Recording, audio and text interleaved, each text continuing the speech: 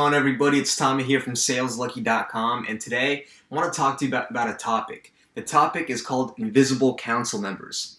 Now, before you go like, hey Tommy, you're crazy, what are you talking about? What invisible council members? Hear me out. Alright, so in one of the chapters of Think and Grow Rich by Napoleon Hill, he talks about the sixth sense. And this is the chapter where he gets real spiritual on us, real deep, real metaphysical, and this is the part where I've noticed some people to kind of tune out, to think it's airy-fairy and not pay attention.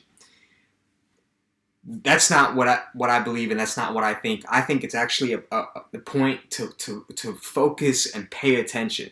This is a man who spent his entire life studying success, spending his time interviewing the most successful people in the world at the time: Andrew Carnegie, Henry Ford, Thomas Edison, all these great people who built businesses that are still here today. And so he talks about this idea of having an invisible council of heroes or people that he would consult and ask for advice before he went to sleep at night. And this was like a ritual he would do at night, and this was completely imaginary in his head. But he would talk about how there'd be times when in these meetings where it would almost, not almost, but it felt real for him. And he talks about this in this book.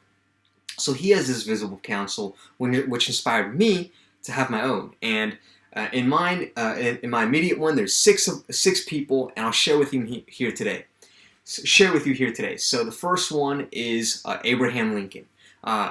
Just so happens that Napoleon Hill also had Abraham Lincoln in his council. I mean, obviously, one of the greatest men, greatest people throughout history of all time. This is somebody who not only freed the slaves, but brought together America through the most trying and difficult time in the history of our world. I read one of his biographies, and it talks about how basically through his entire life he experienced pain, depression, and just had an incredibly difficult life. After his first wife died. I think it was in that relationship with his first wife that was his only actual period of time in his life where he was somewhat happy.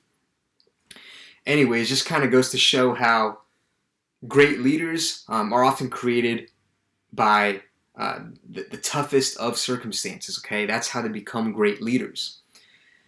And just before jumping on to the next person, I'll share with you real briefly also about his life. He was notorious for, after being elected president, for picking cabinet members that didn't agree with him, that were sometimes his enemies, but he thought that they were great in that role and they had great capabilities.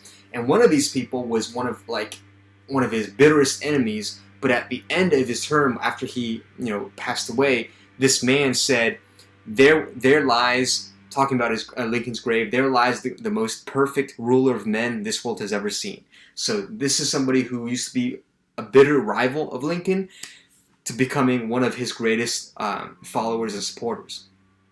Goes to show you what kind of man that Lincoln was. Second person in my council is Napoleon Hill. I mentioned Think and Grow Rich. Read all his books. It impacted my life in a great way, and completely changed how the way that I see the world and the way that I think about the world. Continue reading his books to this day. He's an incredible author, and the impact he's had on the world. Next person is Bruce Lee. For a lot of different reasons, obviously coming from an Asian background. I mean, talking about the Asian community and outside of the Asian community, even outside of martial arts. For a lot of people, Bruce Lee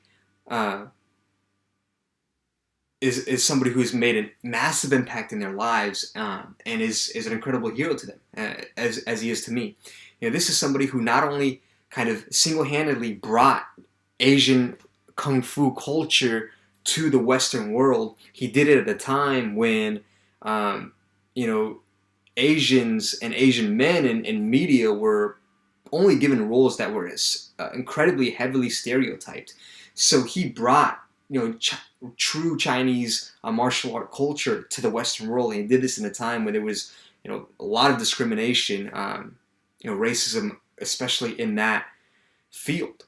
You know, and one of the things that inspires me about Bruce, I'm sure as it does a lot of people, is not only his mastery of martial arts, but his deep wisdom about life.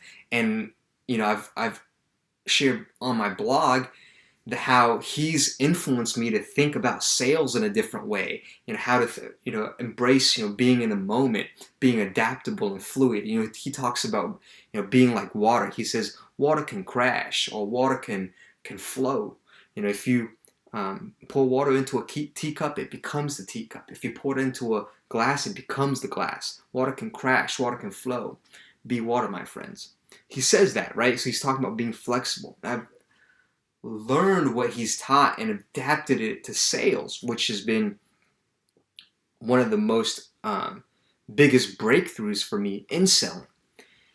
Next person, number 4, in my visible counsel list is Albert Einstein. You know, love this man for not only his sense of geniusness, but also for his sense of innocence. You know, he'll one moment break down the greatest truths of our universe. You know, that energy equals M equals MC squared. And then on the other hand, you know, we'll talk about love and talk about, wisdom, and just exude this sense of innocence and childlikeness in his eyes, which I think is incredibly, special, to have that, exude that innocence, because, we can all use more of that as people, especially in a time like this, right? Person number 5 on my visible counsel list is Tony Robbins, a man who has not only made a tremendous impact on my life, but is the only living person in my visible counsel, and also, probably the person who has made the most millionaires on the history of this earth, and just a man who has made incredible, massive amount of impact. Everybody from Pitbull, the rapper, to Mark Benioff, the founder of Salesforce, to internet marketers Frank Kern, the founders of Arete, one of the groups that I'm in, Andy Frisella, Ed Milet. I mean, this man has basically impacted a ton of people. And to think about the ripple effects that those people that have made, the people that he's impacted, and the ripple effects those people have made are just absolutely massive. And then the last person in my visible counsel is Mahatma Gandhi. And this is a man who overthrew the most powerful force on the face of the earth, the British Empire at the time. And he did this without an army, without a navy, without any guns, without any weapons. He did this through passive resistance. He did this through faith, love. He did this through truth and the power of God.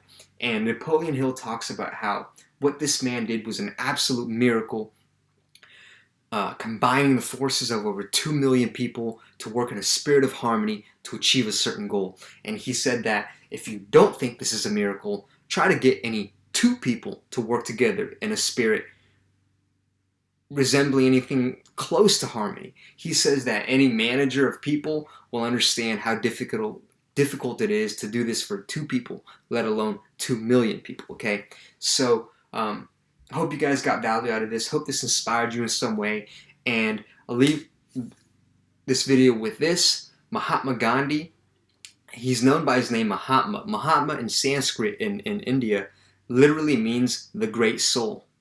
That's the name that his people gave him, all right? Anyways, hope you guys stay positive. Hope you guys stay strong, safe, and productive in this time. Connect with your family and friends. And I'll see you guys soon.